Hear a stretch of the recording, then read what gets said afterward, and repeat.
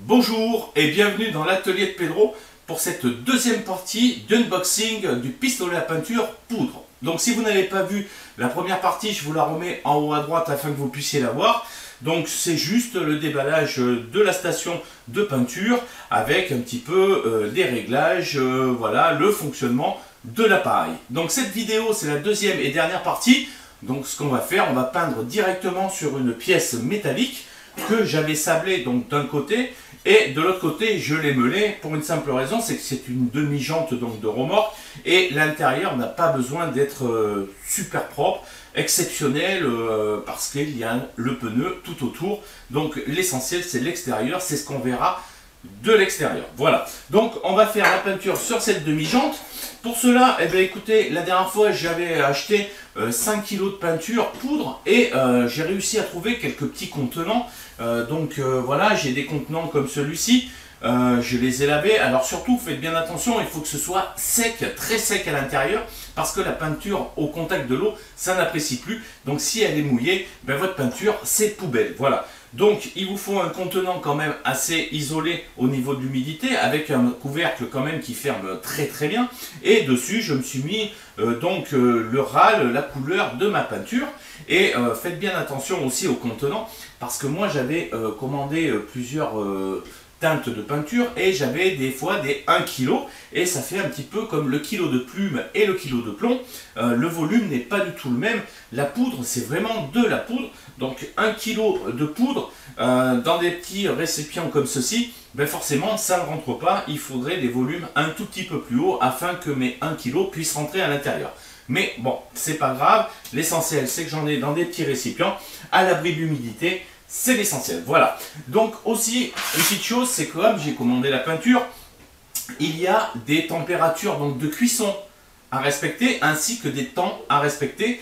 Et pour cela, eh bien, le vendeur m'a fourni donc différentes températures et différents temps de cuisson à faire. Et aujourd'hui, j'ai rempli donc mon petit récipient du pistolet à peinture avec de l'argent. C'est pas de l'argent, c'est du gris métallisé. Donc le gris métallisé, il faut le cuire à 190 degrés pendant 10 à 12 minutes. C'est ce que l'on fera aussi dans un deuxième temps. Et là, on va donc se mettre à la préparation. Donc la préparation pour la peinture, ben, vous avez forcément besoin de votre station. Vous avez besoin d'un petit masque. Alors ils disent que la peinture est inoffensive, mais franchement, ça se promène un petit peu dans tous les sens. Et pour la respiration, vous en respirez quand même un petit peu, donc vaut mieux se protéger. Bon, faut pas prendre un masque à peinture totale avec les cartouches. Vous prenez un FFP2 dans ce style-là. En ce moment, c'est pas ce qui manque. Donc avec ça, vous serez quand même protégé. Voilà. Donc un petit masque et vous avez besoin donc d'une grille pour mettre dans le four où vous pouvez faire toute adaptation que vous voulez. L'essentiel, c'est que votre pièce soit maintenue légèrement en hauteur afin donc de pouvoir permettre à la peinture, à la poudre de se fixer un petit peu partout. Voilà, donc vous prenez votre grille, vous faites un petit montage comme ceci, vous pouvez faire un autre montage, il n'y a pas de problème. L'essentiel c'est que votre pièce soit au contact, donc légèrement surélevée. Et quand vous mettez votre pièce, vous voyez, elle est légèrement surélevée et là la poudre pourra passer un petit peu partout. Voilà, donc vous avez votre pièce qui est posée sur votre grille. Et une autre chose aussi à se fournir, c'est la petite protection en tant que telle. Protection, c'est là où vous allez pulvériser donc votre peinture. Et moi j'ai pris un carton. Donc certes, c'est vrai que le carton est un tout petit peu plus profond, mais c'est pas grave, il n'est pas trop non plus.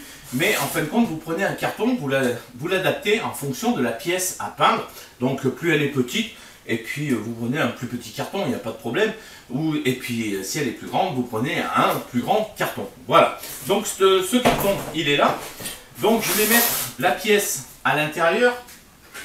Donc comme ceci, je vais donc bien la disposer. Et ce qui est bien avec le carton, c'est que la poudre qui n'aura pas adhéré sur la pièce, ben, se déposera sur les côtés. Et après j'aurai juste à la rassembler un petit peu et à la remettre dans le pot. Et je pourrais m'en resservir une fois plus tard quand j'aurai d'autres peintures à faire de la même teinte. Voilà, forcément. Donc, le compresseur est branché. j'ai mon petit régulateur de pression qui se trouve ici. Donc je l'ai réglé à 1,5 bar. J'ai mon déshumidificateur qui est juste dessous, afin donc de récupérer l'eau qu'il y a donc dans les tuyaux, parce que l'eau au contact de la poudre, eh ben, ça ne fonctionnera pas. Il faut impérativement que votre air soit sèche. Voilà. Donc ça c'est connecté. Ensuite, mon pistolet, il n'y a pas de problème, il est connecté avec son déshumidificateur ici. Vous avez le petit régulateur ici de pression, donc pour pas trop projeter de peinture. Et forcément, vous avez votre pince donc de terre, de masse, que nous allons donc connecter à notre pièce métallique. Voilà, donc vous imaginez ma pièce métallique comme ceci. Je viens connecter ma petite pince de terre dessus. Et là, normalement, ça circule partout. Et au moment où je vais faire donc la peinture, ben, cette peinture viendra se coller directement à ma pièce métallique et recouvrera donc toute ma pièce métallique. Voilà. Donc là, on est parti pour la peinture. N'oubliez surtout pas donc le masque. Vous prenez des petites lunettes de protection parce que ça fait quand même une petite brume. Et puis vous prenez aussi des gants si vous avez peur de vous salir les mains. Mais la peinture n'est pas toxique, donc normalement les gants, il n'y a pas trop de problème. Voilà. Donc on se retrouve de suite pour la peinture de cette pièce. C'est parti. Donc là on est prêt pour peindre. Donc comme je vous ai dit dans la première vidéo, le récipient, pour le mettre, il faut l'insérer vers le bas. Parce que forcément, si on tient comme ça et qu'on insère le récipient dans ce sens-là, forcément la poudre, elle tombera au sol. Voilà. Donc mon régulateur de pression qui se trouve en bas, je l'ai réglé à 1,5 bar. Et là maintenant, je vais jouer avec donc mon régulateur de pression, ici, là, directement du pistolet. Donc plus j'en voudrais, plus je tournerai vers la droite. Et moins je voudrais d'air, et plus je tournerai vers la gauche. Voilà. Donc on va mettre l'appareil en fonction, en marche. Voilà. Et nous avons besoin pour ceci de la pédale. Donc, hop là. Donc comme vous pouvez voir, j'ai besoin de la pédale. Donc dès que je vais appuyer dessus, après j'aurai juste à appuyer sur la gâchette du pistolet et la poudre donc viendra se coller directement normalement à ma jante. Voilà, donc on fait l'essai. Donc j'ai pas assez d'air, je vais augmenter mon air. Voilà. Donc là j'ai augmenté mon air et on va essayer. Donc on va mettre un peu plus d'air et on continue.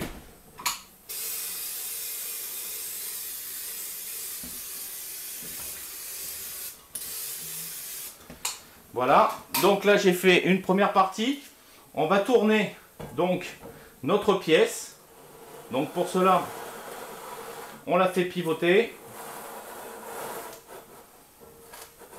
On garde bien notre fil de masse donc connecté dessus et on continue.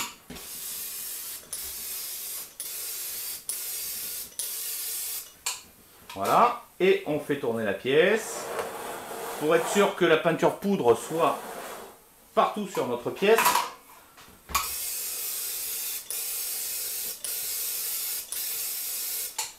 Voilà, on continue à tourner. Il en manque un petit bout ici. Voilà. Voilà. Donc maintenant qu'on a fait notre pièce, eh bien qu'est-ce qu'on va faire? On va la mettre au four. C'est parti. Une petite chose, juste avant de mettre votre pièce dans le four, ne faites pas comme moi. Avant, préchauffez votre four juste avant de peindre la pièce. Comme ça, une fois que vous aurez fini de peindre votre pièce, votre four normalement aura atteint la température qui a besoin pour la cuisson. Donc là, en l'occurrence, je fais monter à 190 degrés. Une fois que ça sera fait, je vais mettre ma pièce à l'intérieur et je vais la laisser cuire entre 10 et 12 minutes, le temps qui est préconisé par le fournisseur de peinture. Voilà, donc chaque peinture a un temps de cuisson déterminé, ainsi qu'une température à respecter. Donc on y va pour la pièce dans le four, c'est parti.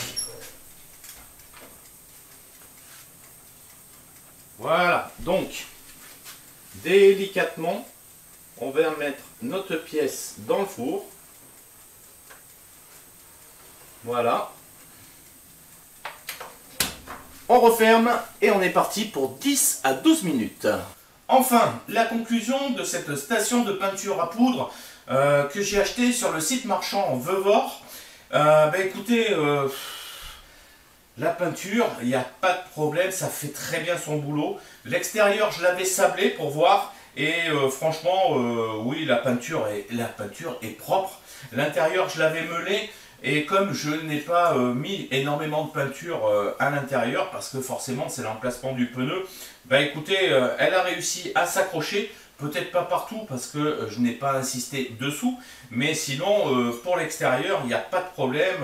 La peinture a fait très bien son boulot. Bon, j'aurais pensé que ça aurait été un gris argenté, vraiment gris-gris, mais là, c'est un gris-gris, hein, c'est gris. Voilà, j'aurais aimé un petit peu argenté, ça aurait brillé un tout petit peu plus, mais bon, c'est toujours pareil, quand vous voulez du râle, vous achetez le bon râle. Moi, j'ai voulu essayer un petit peu un panel de couleurs, et j'ai choisi le gris, et franchement, c'est gris. Le résultat est quand même correct. Donc aussi, j'ai oublié de vous dire, quand vous mettez dans le four, donc surtout n'oubliez pas donc de préchauffer votre four.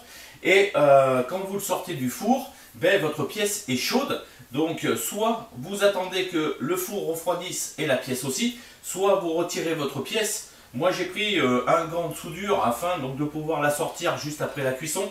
Je l'ai fait refroidir à l'extérieur, donc comme on est en automne, il ne fait pas très beau. Là aujourd'hui ça tombe bien, il ne pleut pas, donc j'ai pu le faire refroidir à l'extérieur. Le temps de refroidissement est très faible, hein, à peu près 5-10 minutes. Donc voilà. Que dire aussi d'autre? Qu'il vous faut une petite protection, parce qu'on peut dire que la poudre n'est pas dangereuse, mais c'est quand même assez volatile. Donc vous risquez forcément d'en respirer. Donc le mieux, vous prenez un masque de ce style-là, vu qu'en ce moment, on n'a pas de problème pour l'approvisionnement de ces masques. Ça fait très bien l'affaire. Voilà. Pour ce qui est de l'appareil en lui-même, donc cet appareil fonctionne très bien. Le seul petit bémol que je pourrais lui donner, c'est que, en fin de compte, rien n'est détachable. Donc, ce qui veut dire que le petit fil de terre de masse qui se trouve avec, il est maintenu directement sur la centrale. La pédale, c'est pareil, il y a un fil qui va jusqu'à la centrale. Et le pistolet, de même, ça va jusqu'à la centrale.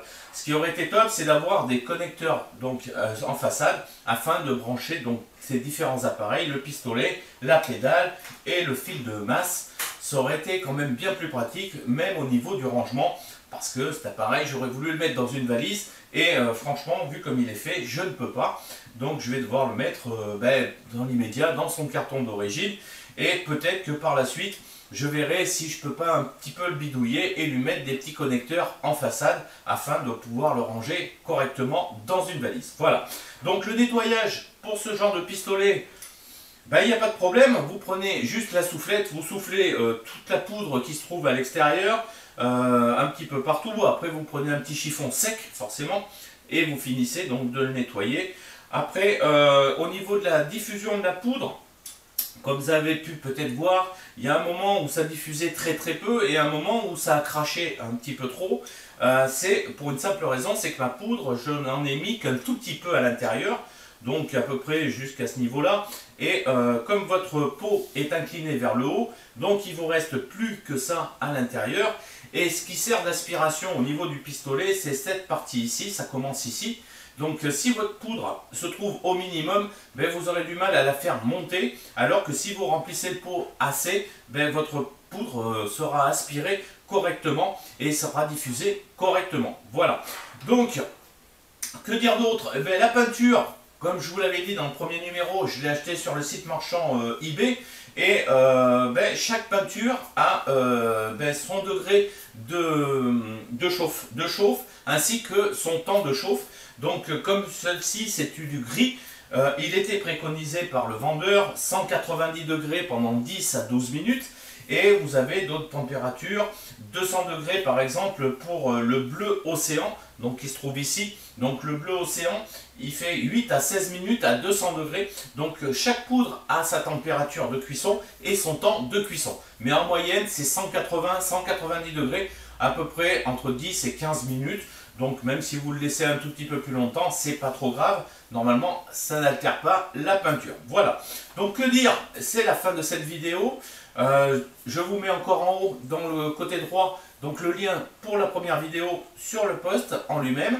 Si vous avez des commentaires, comme d'habitude, vous n'hésitez pas, vous les mettez juste en dessous, j'essaierai de vous y répondre. Si vous estimez que je m'y suis mal pris pour faire la peinture, vous n'hésitez pas, vous les mettez aussi dans les commentaires. N'oubliez pas non plus de vous abonner et de cocher la petite cloche qui est juste à côté. Pour ma part, je vous dis bon bricolage du dimanche. Prenez encore soin de vous et à la prochaine. Bye.